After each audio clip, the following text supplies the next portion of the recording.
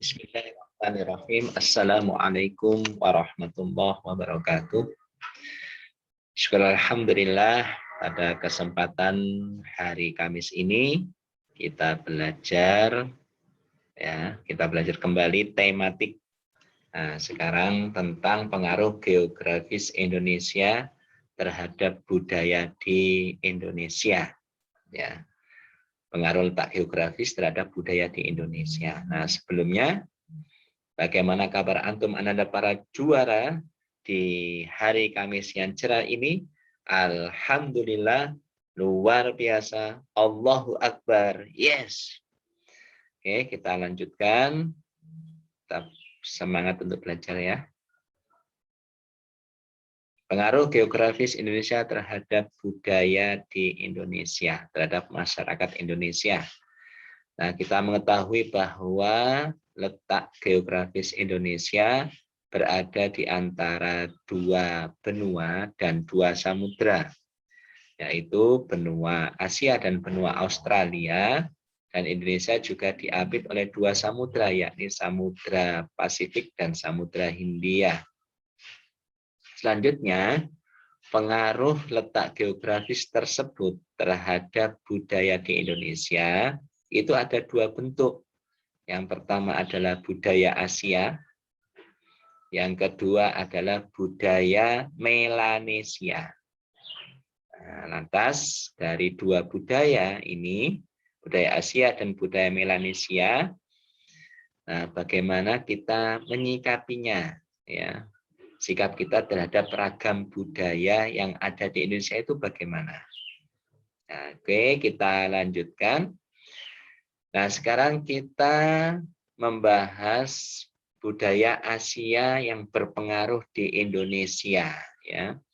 Budaya Asia, maksudnya adalah benua Asia, bisa dari India, bisa dari Cina, dan lain-lain, ya. Nah, budaya Asia di Indonesia diserap pertama kali oleh masyarakat Indonesia Barat. Ya, pertama kali diserap oleh masyarakat Indonesia bagian Barat. Berarti wilayah Sumatera, Kalimantan, Jawa, Sulawesi, ya itu Indonesia bagian Barat, ya termasuk Bali. Ya. Bukti budaya Asia di Indonesia adalah yang pertama, suku Melayu dan bahasa Melayu ada di Indonesia. Ya, suku Melayu berada di Pulau Kalimantan. Ya, di Pulau Kalimantan ada suku Melayu. Ya, suku Melayu, kemudian bahasanya bahasa Melayu. Nah, suku Melayu ini mayoritasnya beragama Islam, seorang Muslim. Ya, bahasa Melayu itu seperti bahasa Indonesia. Antum pernah dengar dan pasti pernah lihat film Upin dan Ipin, ya. Anak-anak itu budak-budak bahasa Melayunya, ya.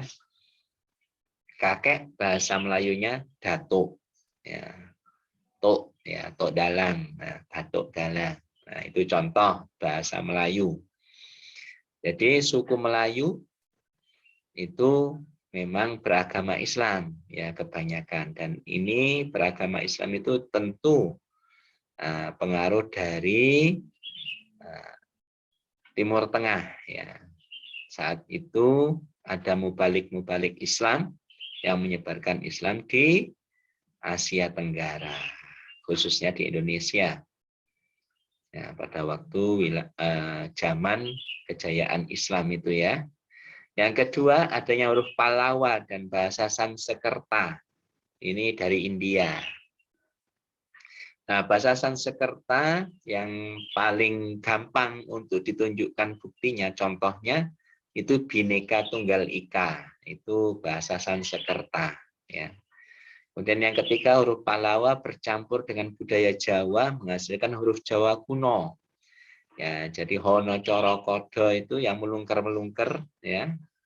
Nah, di dalam pelajaran bahasa Jawa, huruf Jawa, nah, itu adalah percampuran antara huruf Pallawa dari India dengan budaya Jawa. Kemudian yang keempat, cerita Mahabharata dan Ramayana masuk Indonesia. Ya,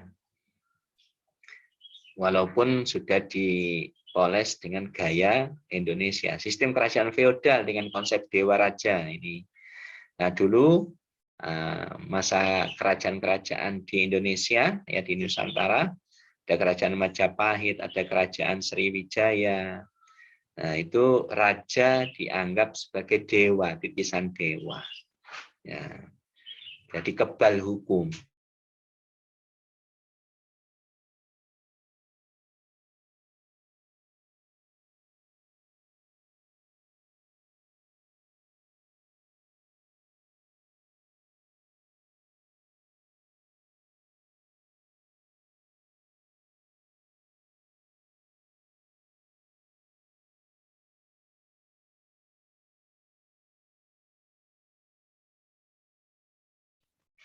Nah, ya, sistem kerajaan feodal dengan konsep dewa raja Praopinisi. Nah, kemudian yang keenam Praopinisi suku Bugis Sulawesi Selatan. Nah, ini gambar Praopinisinya. Kemudian yang kedua budaya Melanesia. Kita mengenal dulu ras Melanesia yang ada di Indonesia.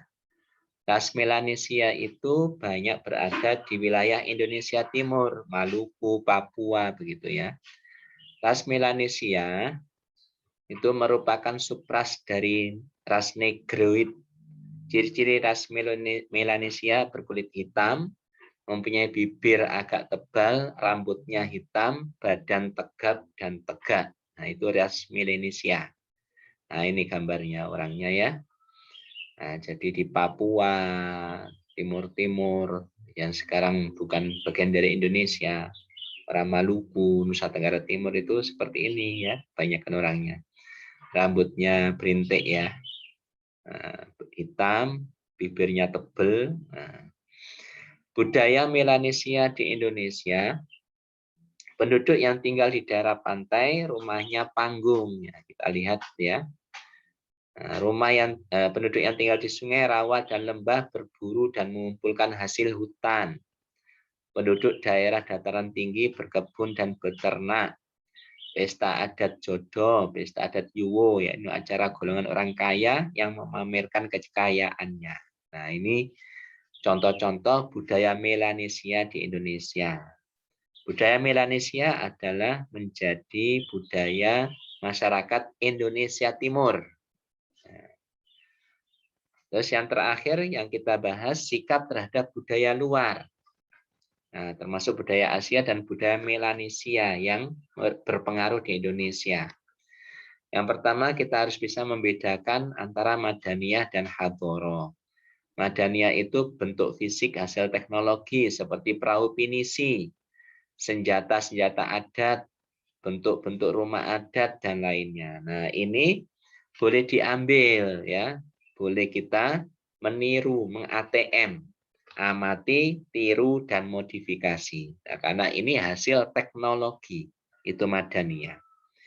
Menggunakan komputer, nah itu boleh. Walaupun itu aslinya bukan dari Indonesia, dari luar. Hadhoroh itu kepercayaan dan jalan hidup seperti standing party. Ini nggak boleh dicontoh. Kepercayaan animisme, dinamisme, percaya pada roh dan benda-benda mati punya kekuatan. Nah, ini juga nggak boleh diambil, nggak boleh diyakini. Pesta jodoh dan lainnya. Ini hadhoroh, kepercayaan dan jalan hidup yang nggak boleh ditiru. Nah, ini aja yang bisa kita bahas pada pelajaran kali ini tentang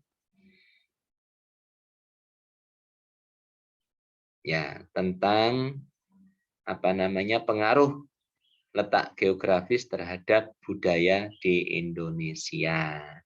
Demikian kita akhiri. Wassalamualaikum warahmatullahi wabarakatuh.